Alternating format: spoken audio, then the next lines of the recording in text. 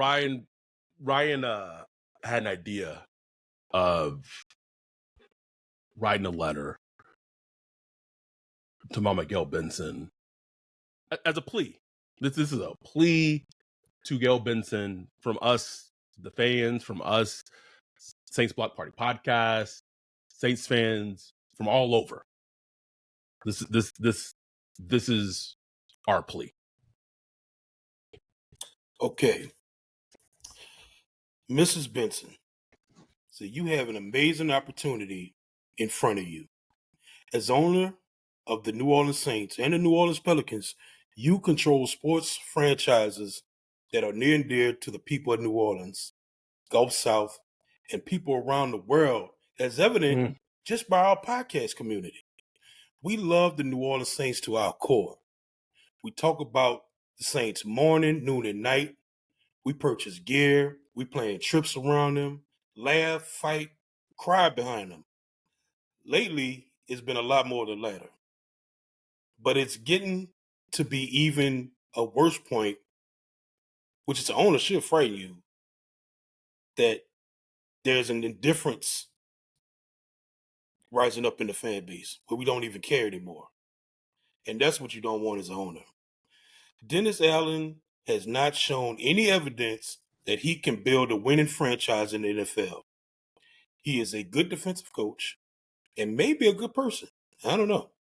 But as far as a head coach in the NFL, how much evidence do you need that he is not the person for the job?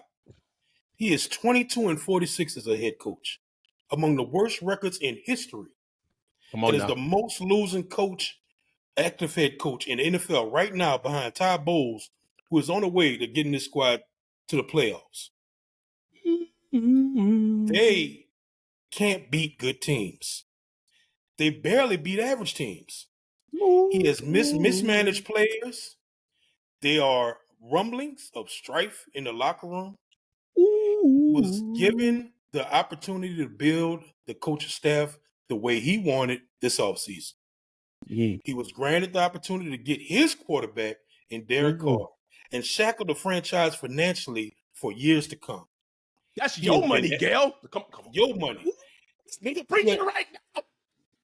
He has alienated players like Michael Thomas, Alvin Kamara, Chris Olave, Trevor Penning. He has shown Marshawn Lattimore. He has shown poor game management. No good offensive coach wants to work for him. On top of all that, he uses the fan base's unhappiness with the Saints' lack of success as a tool for motivation for the team, causing division. His defenses, while good, have never been great. He has shown no ability to adapt to the changing landscape of NFL offenses.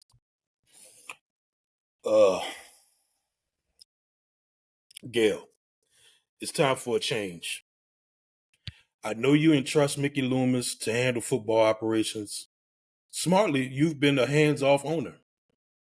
You dedicate your time and money to making sure the team has all the resources it needs to thrive, all while not being a meddling owner. But there are times you have to step up as a leader. Loomis has shown he is unwilling to do what has to be done due to ego and hubris. He is desperate to prove that he can build a winner without Sean Payton. He wants to prove that he made the correct decision when he ran a sham interview process for a head coach and choosing Dennis Allen for continuity and to maintain the culture. We see that that this has not worked. The evidence is there in front of you. You sat in the suites in SoFi Stadium last week with future Hall of Famer Drew Brees, and you saw two teams with the same record look miles apart from how they operate on the field. You deserve better. You deserve better. We deserve better. You've written tens of millions of dollars in checks for a team that is headed nowhere as long as Dennis Allen is the head coach of the team. For this team to have a future, you must make a hard decision. Just like you did a few years ago with the Pelicans. Trust your eyes. The late Tom Benson understood football, and you do too.